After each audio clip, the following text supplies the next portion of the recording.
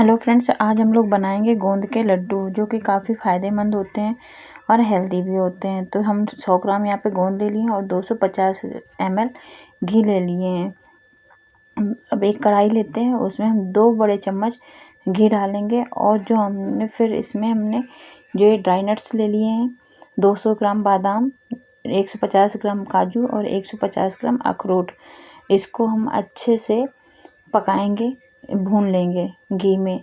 फिर जब ये भून जाएंगे तो हम इसको एक प्लेट में निकालेंगे। फिर हम उसी कढ़ाई में और घी डालेंगे। फिर हमने जो 100 ग्राम गोंद लिया है ना, उसको हम थोड़ा थोड़ा करके अच्छे से भूनेंगे जब तक कि ये फूली फूली ना वाइट वाइट दिखने लगेगा।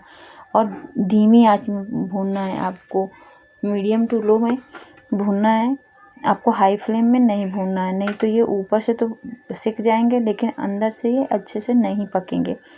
बाकी की बची हुई गोंद को भी हम इसी तरीके से भून लेंगे और उसको धीमी आंच में ही भूनेंगे और तेज़ आंच में नहीं भूनेंगे। धीरे धीरे करके हमने सारी गोंद को भून लेना है। फिर उसके बाद इसको एक प्लेट में निकाल लेना है। जब हम एक प्लेट में निकाल लेंगे तो फिर इसको ठंडा होने के लिए रख देंगे। फिर हम उसी कढ़ाई में और घी डालेंगे। फिर हमने जो 150 ग्राम के लगभग 150 या 200 ग्राम के लगभग हमने गरी लिया है। गरी को हमने मिक्सी में ग्राइंड कर लिया था, फिर हमने उसको भून लिया है। फिर हम उसी कढ़ाई में घी डालेंगे और उसमें 150 ग्राम के करीब मखाने जो है ना, जिसको हम फॉक्सनट भी बोलते हैं, वो डालेंगे और उसको हम रोस्ट करेंगे। तब तक उसको रोस्ट करना है जब तक कि वो क्रिस्पी ना हो जाए अंदर से। हमने इसमें थोड़ा सा घी डाल के इसको रोस्ट करेंगे ना तो अच्छे से रोस्ट हो जाएंगे। फिर हम जो ये ड्राई फ्रूट्स भून के रखे थे उसको हम एक ग्राइंडर में लेके उसको मोटा दरदरा पीस लेंगे। फिर उसके बाद जो हमने गोंद निकाली थी उसको भी हम एक कटोरी की सहायता से पीस लेंगे। फिर जो हमने ये मखाने भून के रखे हैं ना, ये ठंडे हो गए हैं, तो अब हम इसको भी मिक्सी में डाल के पीस लेंगे।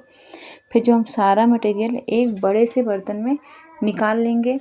उसके बाद फिर हम कढ़ाई लेंगे, कढ़ाई में घी डाल के फिर उसमें हम लगभग 100 ग्राम के करीब आटा डाल के उसको अच्छे से ब्राउन होने तक धीमी आंच में भूनेंगे। हमको तेज़ आंच में नहीं भूनना है, हमको धीमी आंच में आटे को भूनना है। फिर हम गुड़ लेंगे, वो लगभग हमने 500 ग्राम के लिया है, आधा किलो के करीब हमने गुड़ लिया है और उसको छोटा छोटा पीस करके कढ़ाई में डाल देंगे। फिर उसमें थोड़ा सा पानी डालेंगे, हम ज़्यादा पानी नहीं डालेंगे, नहीं तो बहुत देर तक चाशनी पकानी पड़ेगी। तो हम इसमें थोड़ा सा पानी डालेंगे कि जिसमें केवल गुड़ घुल जाए। फिर हमने किशमिश लिया है और ये सारी जो चीज़ें हैं इसको हम उसी बड़े से बर्तन में डाल देंगे।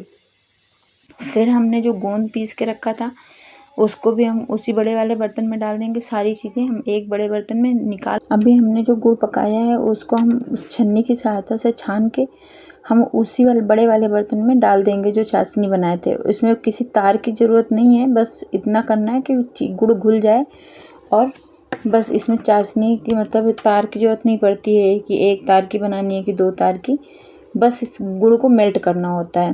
फिर हमने इसमें जिंजर पाउडर डाल दिया है, मतलब कि सौंठ का पाउडर। फिर इसको अच्छे से मिक्स करके हम छोटे छोटे से लड्डू बना लेंगे। आप अपने अकॉर्डिंग छोटा बड़ा कर सकते हैं। अगर आप ये लड्डू डेली एक लड्डू खाएंगे ना तो ये आपकी थकान, कमज़ोरी और घुटने का दर्द, कमर का दर्द, ये सारा दर्द जो है ना वो आपका ठीक हो जाएगा। तो ये लड्डू आप भी बनाइएगा और एक्सपीरियंस अपना हमें शेयर करिएगा।